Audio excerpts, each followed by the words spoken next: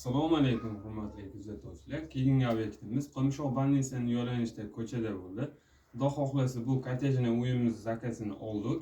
Boshlanishiga bitta eshik va bitta rom qo'yib berdik. Bu eshigimizga ahamiyat berib qo'yasizlar, o'chirib yopishlariga. Xudo xohlasa juda chiroyli bo'ldi. Choklarimiz, polnistdagi akfa zapchastlari, aksesuarlari, ruchkasidir, o'shig'mashig'i, rezinkasi, polnistda hammasi akfaniki bo'lgan.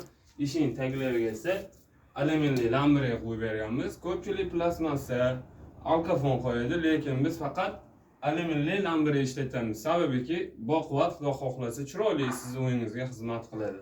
Endi romlarimizni ko'ramiz.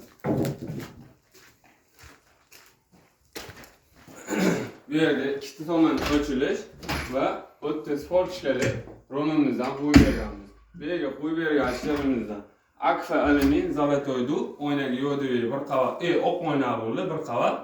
Xudo xohlasa boshlanishiga shuni okamlar Azamboga zakaz qildilar. Azamboga, xudo xohlasa ishimiz ma'qulmi, yaxshimi? Zo'r ishing, tinchligingni sog' bo'lsin. Aytilgan vaqtda qo'yib berishdi ishingizlarni. Ko'pchilikga o'xshabdi. Cho'zib o'rishgan, yo'q, tinchjonlar sog' bo'lsin. Topganlarga Xudo baraka bersin. Yaxshi, menga yoqdi. Xudo xohlasa sizga etab qo'ydiramiz shularga zakaz qilib. Xudo xohlasa, bergan pulimizga rozi bo'lasiz. Tinchliging sog' bo'lsin, topganlarga Xudo baraka bersin. Rahmat aka. Ishonch sexga ishoninglar, ishonch sizlardan, sifat esa bizdan.